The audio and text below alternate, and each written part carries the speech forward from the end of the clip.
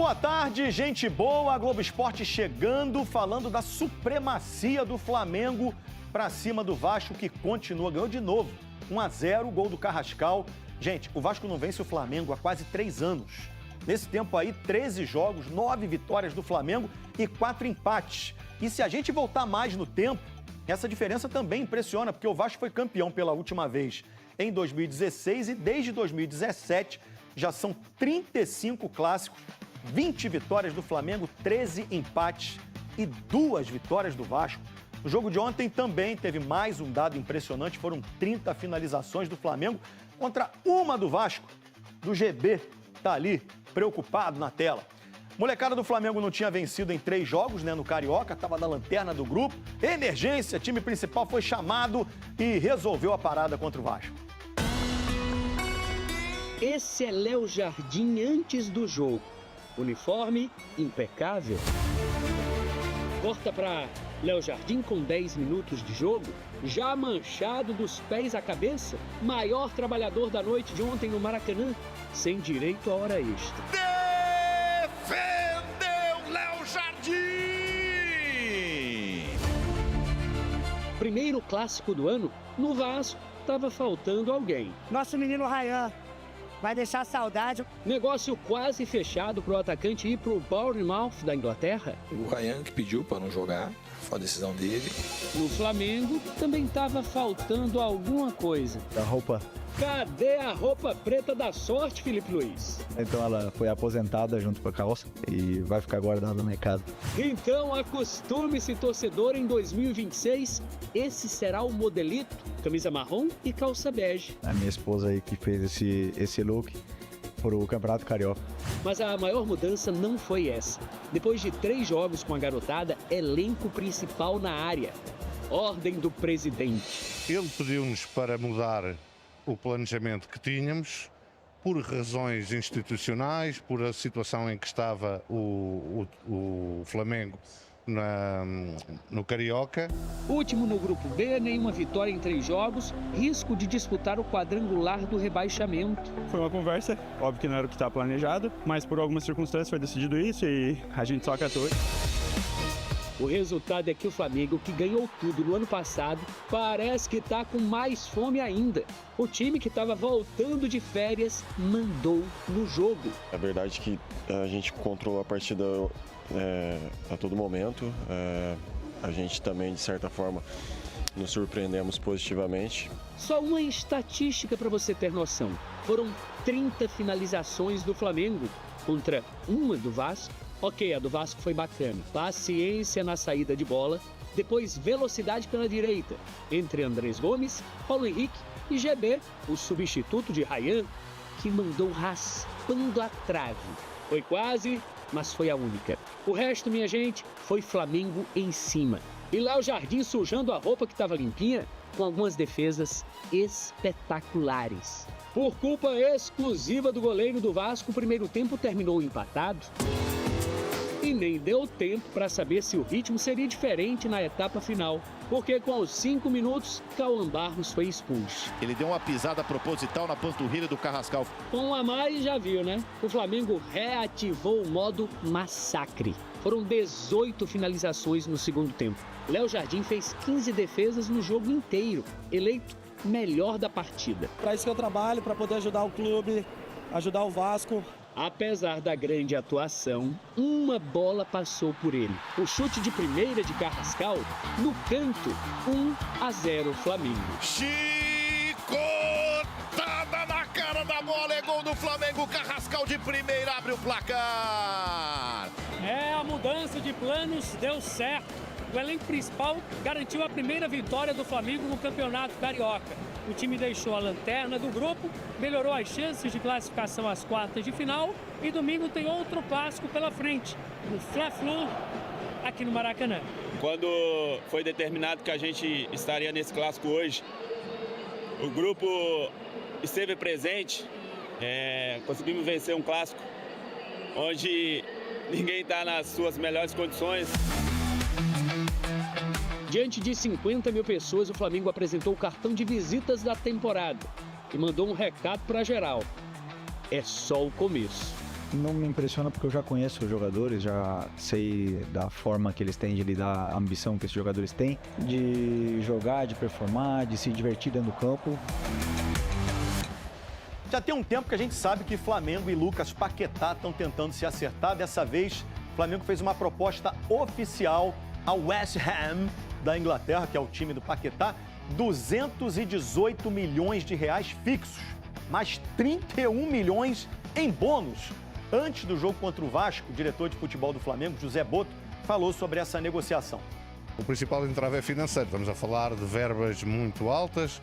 É verdade que já baixámos essas verbas significativamente e há uma terceira parte que não está muito convencida em vender o Paquetá.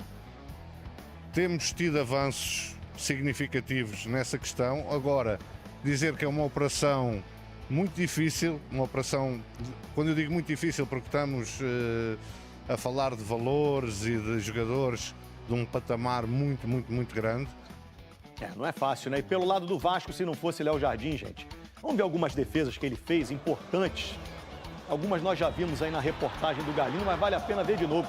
Olha essa aí, cabeçada na área, pro chão, pegou no cantinho. Essa também, queima-roupa, Bruno Henrique para baixo, do jeito que tem que ser. Bela defesa. Chute do Plata.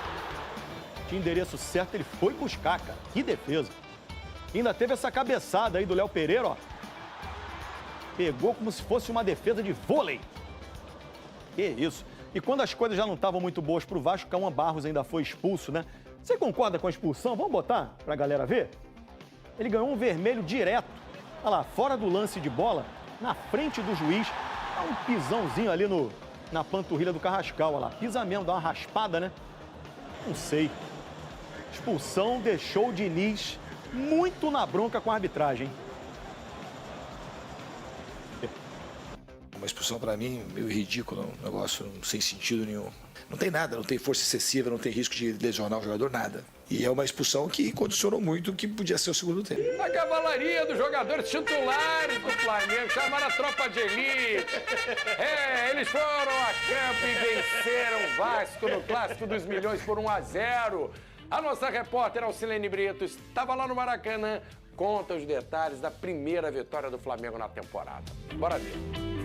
Primeiro clássico do ano com as duas maiores torcidas do Rio. Com força máxima em campo e com estreia do rubro-negro do zagueiro Vitão, que pouco trabalhou, já que o grande nome da partida foi o goleiro Léo Jardim. O Vasco teve uma chance com o Andrés Gomes, mandando na trave, mas o lance estava impedido. Porém, logo o Flamengo se impôs e nem parecia que a equipe teve apenas 9 dias para se preparar para a partida. A primeira grande defesa de Léo Jardim foi após cobrança de escanteio. E a bola bate em Léo Pereira, mas o goleiro vascaíno defende. Na sequência é Plata quem carimba a trave. O Flamengo insistia e agora tenta de cabeça com Cebolinha para mais uma vez Léo Jardim salvar. A única chance do Vasco foi nesse lançamento de Andrés Gomes para Paulo Henrique, que deu um presente para a GB que não soube aproveitar e acaba desperdiçando. Aí é o Flamengo que pressiona e outra vez o paredão vascaíno aparece. Léo Jardim faz esse milagre defendendo essa cabeçada de Bruno Henrique. E se não era ele que salvava, era o time de Filipe Luiz que chegava perto, mas não conseguia marcar. Cebolinha carregou essa bola sozinho e mandou para fora. Na segunda etapa, o rubro-negro trocava peças e deixava o time ainda mais ofensivo. E logo no começo, o Vasco ficou com 1 a menos, após essa falta de Barros em Carrascal. O lance chegou a ir para o VAR, que confirmou a expulsão. Uma expulsão para mim meio ridícula, um negócio sem sentido nenhum. Eu sinceramente não consigo entender uma expulsão dessa. Teve um lance pouco antes, no primeiro tempo, que um lance com o Andrés Gomes, o cara chuta no alto, pega no pé do Andrés, também não acho porque lance para expulsão, mas esse muito menos do que aquele. O cara tá passando, não sei se o Barros tentou dar um totó no cara, não tem nada, não tem força excessiva, não tem risco de lesionar o jogador, nada. Aí tem uma câmera que eles pegam assim às vezes, que para, que a perna, que a sola da chuteira do Barros está perto da panturrilha, não tem força nenhuma ali, zero. Com 1 a mais, o Flamengo teve ainda mais oportunidades. Vitão arriscou de longe, Cebolinha solta essa bomba. Até que Léo Pereira levanta na área e a bola acaba caindo certinho em Carrascal, que manda de primeira e marca para o rubro-negro.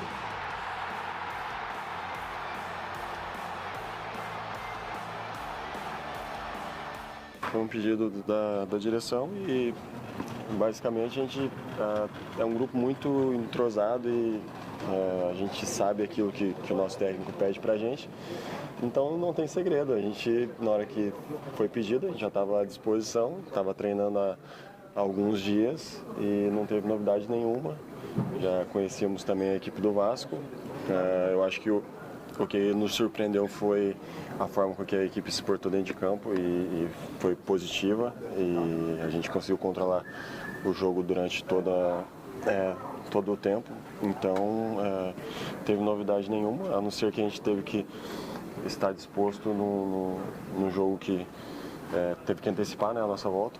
Mas tudo tranquilo, estou me sentindo bem, acho que a gente vai se preparando nesses jogos agora que vem pela frente. A nossa temporada, que é uma temporada muito longa. O time de Felipe Luiz tomou conta do jogo, mas Léo Jardim fechava o gol de todas as formas e defendeu essa tentativa de Samuel Lino. E teve ainda mais uma brilhante defesa de Léo Jardim com Plata tentando no cantinho. Era o nome da noite que evitava mais gols do rubro-negro. O Flamengo conseguiu a primeira vitória no Campeonato Carioca, já com os titulares em campo e em cima do rival que não perde há 3 anos. O resultado deixa o Flamengo respirando na tabela. A gente sabia que era um jogo difícil. Os times do Diniz, eu costumo dizer que é muito difícil de ser marcado, porque eles movimentam muito, mas a imposição física que a gente colocou hoje no jogo foi muito difícil para eles, dificultamos muito, todo momento a gente estava perto, isso criou muita dificuldade, eles tentavam sair jogando e a gente roubava a bola e começamos os 15 primeiros minutos forte e acredito que isso dificultou muito o jogo deles e conseguimos aí uma grande vitória. Uma noite de estreia na zaga rubro-negra em que pouco se trabalhou. Muita felicidade, né? Igual eu disse, não tem como estrear, não tem maneira melhor de estrear num clássico com uma vitória. Para o Flamengo, valeu a pena a mudança no planejamento. Mas a gente está preparado, a gente demonstrou isso hoje dentro de campo, mudou um pouquinho o nosso planejamento, mas acredito que empolga um pouco, né, pelo fato de ver a gente fazer um grande jogo assim contra o Vasco no nosso primeiro jogo e a gente tomara que a gente consiga seguir assim até o final aí do Brasileiro, até a parada para a Copa do Mundo. E para o Vasco, sem Rayan na partida, o grande destaque foi Léo Jardim, que mais uma vez provou que é o paredão vascaíno. Moretti, se não fosse o Léo Jardim, a zoeira ia ser maior, hein? Era papo de goleada. Tem os números aqui do jogo. A arte que a nossa equipe preparou, as estatísticas. Posse de bola, goleada do Flamengo, 61 contra 39. Total de chutes, esse aí é o que mais chama atenção. 32 chutes do Flamengo, um só do Vasco. Um chute, foi aquele do GB, pra fora. Chutes no gol, 12 do Flamengo, nenhum do Vasco. Chances perigosas, 1-1. Epa, chances perigosas, uma só do Flamengo? Aí eu não entendi muito bem. Enfim, 12 escanteios, nem escanteio o Vasco teve. Ô Moretti, o que você acha do aspecto técnico? A gente sabe muito bem que a equipe do Flamengo é superior. O time titular absoluto, não sei se o de ontem era tão superior tecnicamente. A impressão era de que o Vasco estava jogando o primeiro jogo da temporada. Parece que fisicamente também o Flamengo foi superior. Aí chama atenção, porque não era para ser devido à devida preparação. O que você acha que é o ponto crucial? O que mais te chama atenção nesses jogos entre Flamengo e Vasco? E aí, Moretti, agora você tem que falar, meu amigo. Flávio, aí, é difícil, essa é a grande realidade. Você se surpreendeu, esperava? Muito. Eu acho que tanto eu quanto qualquer torcedor vascaíno ontem, ele esperava que o Vasco fosse vencer o Flamengo, por tudo que estava sendo colocado à mesa. O Vasco, ele vinha de mais tempo de pré-temporada, o Vasco já havia utilizado seu time principal contra o Maricá. O Vasco ontem, e não é uma mentira, é uma realidade, o Vasco ontem entrou contra o Flamengo no Maracanã sendo favorito. Eu esperava que o Vasco da Gama fosse vencer o Clássico ontem. O Vasco, fisicamente, ele estava mais preparado para o Clássico. O Vasco, tecnicamente, o Flamengo tem uma grande equipe, isso é inegável, mas ontem o Flamengo não usou o seu time principal. Inclusive, na lateral esquerda, o Flamengo tinha um jogador da base que era improvisado, ou seja, o Flamengo não foi com sua força máxima. Tecnicamente, Vasco e Flamengo ontem no Maracanã, eles, eu posso falar, estavam páreo a páreo. Ou seja, fisicamente o Vasco melhor, tecnicamente um jogo equilibrado. A grande questão ontem, Flávio, foi anímica, foi emocional. Nos últimos 32 jogos, o Vasco tem apenas 2 vitórias contra o Flamengo. 32 jogos, 2 vitórias? 2 vitórias. Nos últimos 3 anos, o Vasco não sabe o que é vencer o Flamengo. Ou seja, não me venha falar que a questão envolvendo Vasco e Flamengo hoje é apenas técnica, como todo torcedor vascaíno esperava que era. A questão envolvendo Vasco e Flamengo ela vai muito além. A questão envolvendo Vasco e Flamengo hoje ela é emocional. Com todo o respeito do mundo ao elenco do Vasco, com todo o respeito do mundo aos atletas do Vasco, mas a sensação que os jogadores do Vasco da Gama passam nesses últimos anos é que quando enfrenta o Flamengo, se apavora. E essa é a grande realidade, porque você vê um Vasco jogando contra o Fluminense, jogando bem, passando no Fluminense numa semifinal de Copa do Brasil, o Fluminense sendo favorito.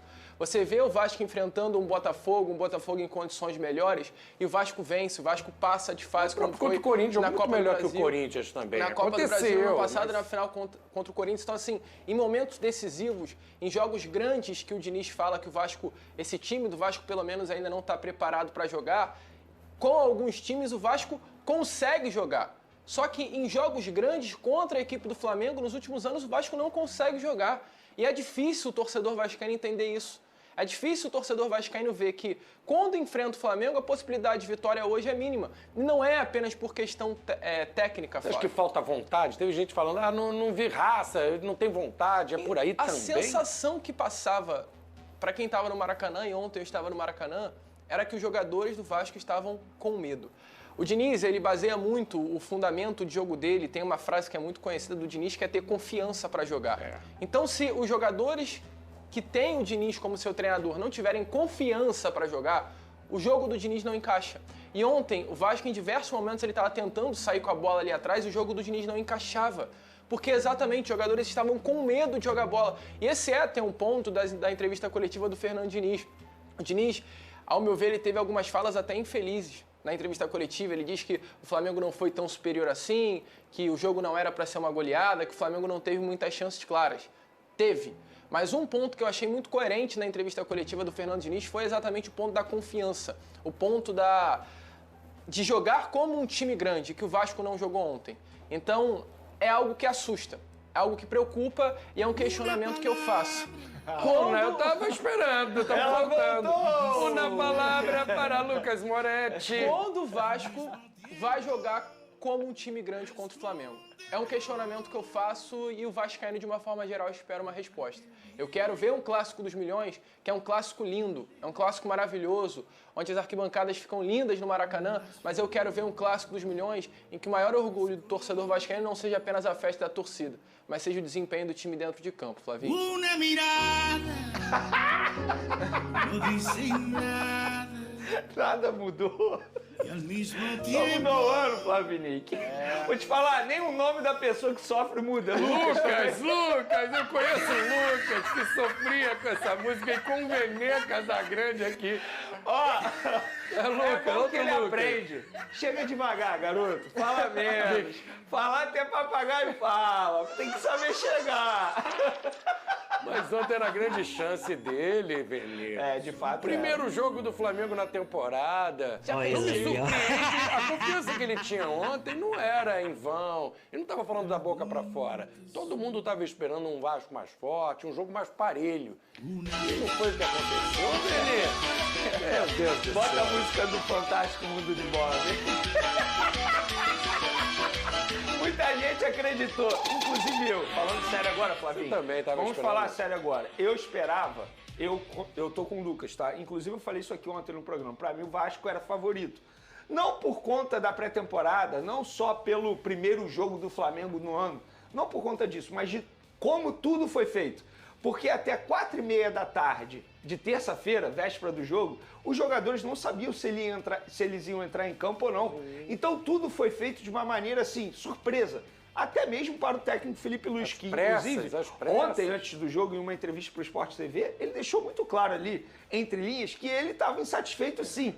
Mas já que era para fazer o trabalho, vamos fazer o trabalho bem feito. E ele fez um bom trabalho. Ele sabe fazer. De fato, assim, não é nenhuma surpresa o Flamengo vencer o Clássico. Pelo contrário. Mas a forma como o Flamengo venceu me chamou a atenção de uma maneira extremamente positiva. Por tudo isso que a gente acabou de mencionar. Primeiro jogo na temporada, todo o contexto de como a situação foi definida, a mudança de planejamento na véspera do jogo, alguns jogadores ausentes e jogadores importantes, Arrascaeta, Jorginho, na lateral esquerda o Lucas mencionou, que jogou o Daniel Salles, da base, que a lateral direita ele jogou improvisado na lateral esquerda, inclusive ele fez um bom jogo. Então assim, eu esperava mais do Vasco da Gama. E o que mais me chamou a atenção não foi a discrepância na parte técnica. O que mais me chamou a atenção foi a discrepância na parte física. Que não dá pra Porque entender, o Vasco, ele começou a treinar antes, ele estava no segundo jogo na temporada com esse time principal, tá? Com esse time principal, e o Flamengo tinha menos tempo de pré-temporada, 8 dias apenas de pré-temporada, e era o primeiro jogo na temporada, e mesmo assim parecia o inverso.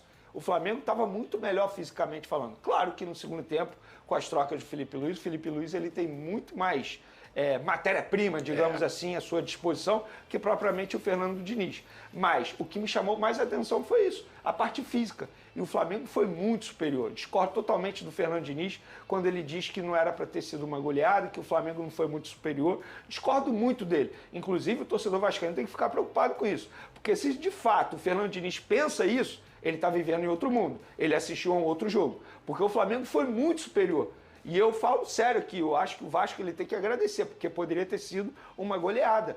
Porque se no primeiro tempo o Flamengo aproveita as oportunidades que teve, foram 2, 3 chances, a história no segundo tempo poderia ter sido pior até, independentemente da expulsão ou não, se foi correto ou não a expulsão. Mas o Flamengo foi muito superior. O Flamengo mereceu e muito essa vitória. E mostrou novamente que hoje no futebol brasileiro, sem sombra de dúvidas, é a equipe a ser batida.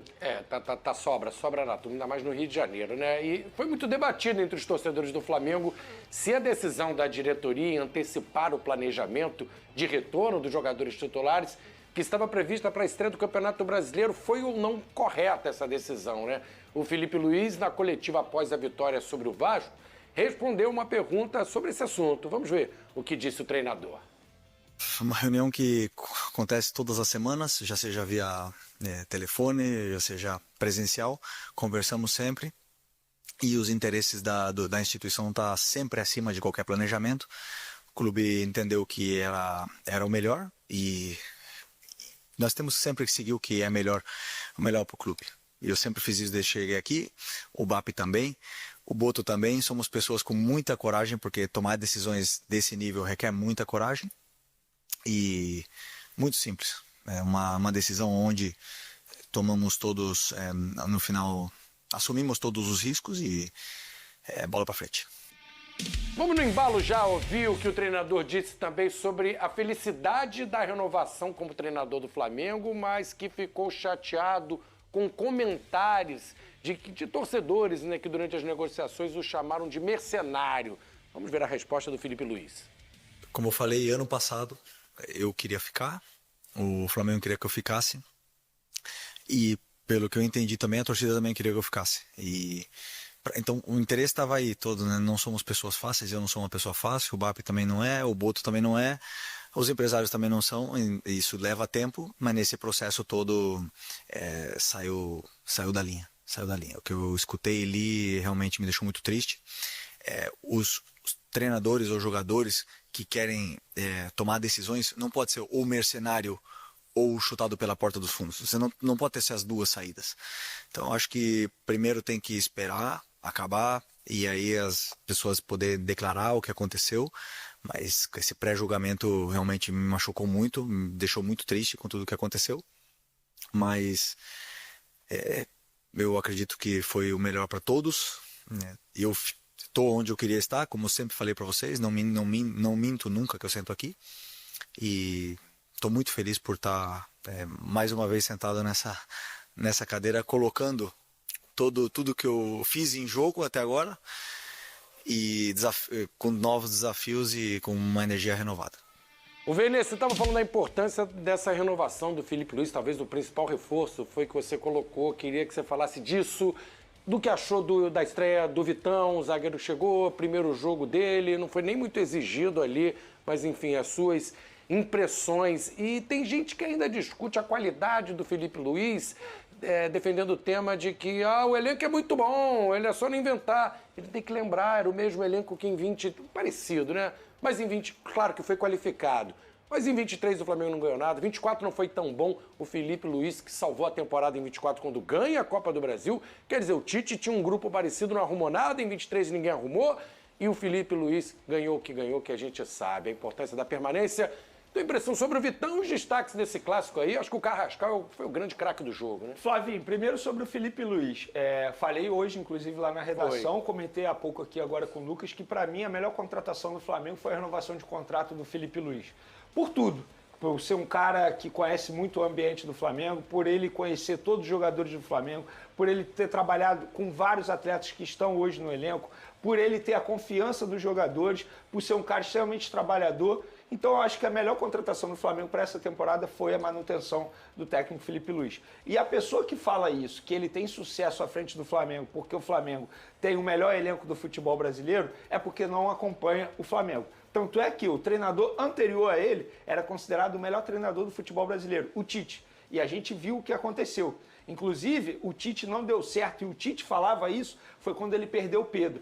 Engraçado, né? O Felipe Luiz, quando chegou ao Flamengo, ele não tinha o Pedro. E ele conseguiu ter sucesso mesmo na ausência do Pedro. Eu não estou aqui dizendo que o Tite não é um bom treinador. Vamos enaltecer o Felipe Luiz. Eu estou aqui valorizando o trabalho do Felipe Luiz, que é o primeiro trabalho dele como treinador de futebol. Impressionante isso. Impressionante. Ele erra? Erra, claro que erra, como todo mundo erra, como todo ser humano e todo profissional. Mas o importante, ele sabe quando erra e ele assume o erro. Então, ele não terceiriza a culpa. Pelo contrário, ele sabe quando ele erra. E ele fala isso publicamente. Então, acho que, repito, a melhor contratação foi o Felipe Luiz ter ficado no Flamengo. Eu tenho certeza que ele vai ter mais sucesso ainda. Vai conquistar tudo? A gente não sabe. Mas a gente sabe que o Flamengo chega como favorito para todas as competições que disputar, isso sem sombra de dúvida. E sobre o Vitão, de fato, concordo com você que, de fato, ele não foi muito exigido pelo ataque do Vasco da Gama, mas eu gostei dele, ele mostrou uma boa leitura de jogo, mostrou confiança. Tranquilidade para sair jogando, isso é importante. Isso é importante, querendo ou não, numa estreia. Dentro do Maracanã, em um clássico, a gente sabe que muitos jogadores podem sentir esse tipo de pressão e o Vitão, para mim, é um jogador que tem muita qualidade. Hoje, se eu tivesse que escalar a zaga do Flamengo, ele não estaria. Mas, com certeza, ele é aquele jogador que o titular vai olhar para o banco de reserva e vai falar assim, opa, eu tenho uma sombra aqui. Se eu não performar em alto nível, com certeza o Vitão vai engolir a minha chance aqui, vai engolir a minha vaga. Então eu tenho que ficar de olhos abertos. Então eu acho que o Vitão ele fez uma boa estreia, uma estreia extremamente positiva. E o Carrascal foi o cara do jogo? Alguém acima dele, ao lado? Eu acho que ele foi muito bem. Eu gostei também da partida do Cebolinha, sobretudo no primeiro tempo. Mas o Carrascal, se eu tivesse que eleger o melhor em campo, eu ia botar o Carrascal, até porque ele fez um bom jogo e fez também o gol da vitória rubro-negra. E aí eu fico pensando, né, superioridade do Flamengo, mesmo sendo o primeiro jogo da temporada, mesmo sem estar sem o time titular. Não entrou em campo Arrascaeta, Varela, Jorginho, enfim, e vários jogadores que fazem diferença também. E ainda pode chegar o Paquetá. Aí que, Vene, é covardia. Vai ter graça jogar contra o Flamengo. E o Paquetá, Vene, tá esquentando aí isso? O Flamengo vai se tornar o Bayern de Munique do futebol brasileiro. Vai ficar... Não, brincadeiras à parte, ainda tem isso. Não duvido não, hein? Não, mas é nessa linha que a gente está vendo as pretensões do Flamengo, né? Porque a partir do momento, inclusive tem atualização quente sobre isso. Eu quero saber aí do Paquetá, a torcida quer saber. A gente publicou essa informação que o Flamengo enviou uma nova oferta ao West Ham para tentar a contratação de Lucas Paquetá. Valores chegou a 40 milhões de euros. Lembra a primeira foi quanto? A primeira foi de 30 mais 5. Mas não foi em papel timbrado. Foi tipo, ó, a gente acena com esse valor aqui. Agora beleza? é oficial. Agora é papel timbrado oficial, depois de muito debate interno, depois de discussões, reuniões com os empresários do jogador. E aí o Flamengo enviou um papel timbrado. Tá lá, ó, a assinatura do BAP, a assinatura do José Boto. 40 milhões de euros pela contratação de Lucas Paquetá já nessa janela. E aí agora o Flamengo espera uma resposta do West Ham. Acredito eu que o West Ham vai continuar dificultando a vida do Flamengo, mas é aquilo. Conversando com as pessoas, o meu entendimento hoje não é se o Lucas Paquetá vai retornar ao Flamengo, é quando ele vai voltar. Se vai ser nessa janela ou se vai ser no meio do ano, pós-Copa do Mundo, por exemplo. Tá, mas de fato, parecendo mais para o meio do ano? Eu acredito. Hoje? Assim, se eu tivesse que dar uma opinião, tá, arriscar, eu acho que vai ser mais no meio do ano. Por quê? Eu fazendo uma leitura do outro time, o West Ham. O West Ham está brigando para não ser rebaixado na Premier League. Então, provavelmente, vai fazer um jogo duro danado para não liberar um dos seus principais jogadores. Ainda tem um outro ponto. A janela de transferência lá, se o West Ham quisesse contratar um substituto, é mais curta do que a janela de transferência aqui no futebol brasileiro. O Flamengo, ele pode levar pela paciência, tem até o dia 3 de março. Lá não, a janela fecha muito antes. Se eu não me engano, agora, no começo de fevereiro. Então, assim, eles não teriam nem muito tempo para pegar esse dinheiro e buscar um substituto. A não ser que o West Ham busque um substituto, enquanto isso vai levando o Flamengo a banho-maria. Mas o ponto é, Lucas Paquetá já disse sim, inclusive já até comentou em foto em rede social do Flamengo. O Flamengo já disse publicamente que está muito interessado no jogador. A questão agora só falta o West Ham liberar. Quando vai liberar? Não tem como eu saber ainda, Flavinho. Não imagino meio de campo com Paquetá, Jorginho e Arrascaeta. Fica chato, hein?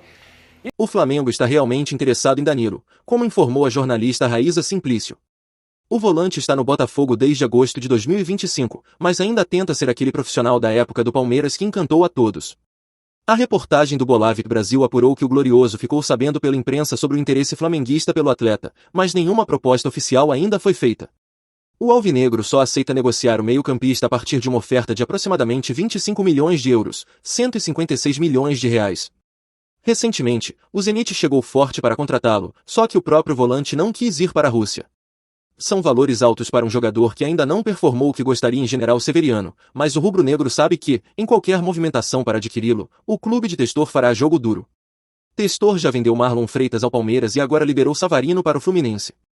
O empresário norte-americano já está com o filme queimado perante boa parte dos torcedores.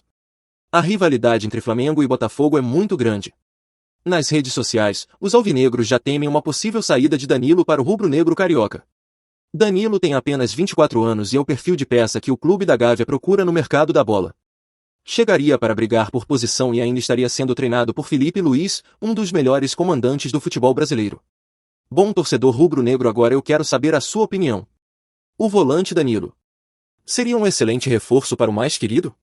Comenta aí sua opinião, eu gostaria muito de saber o que você pensa disso.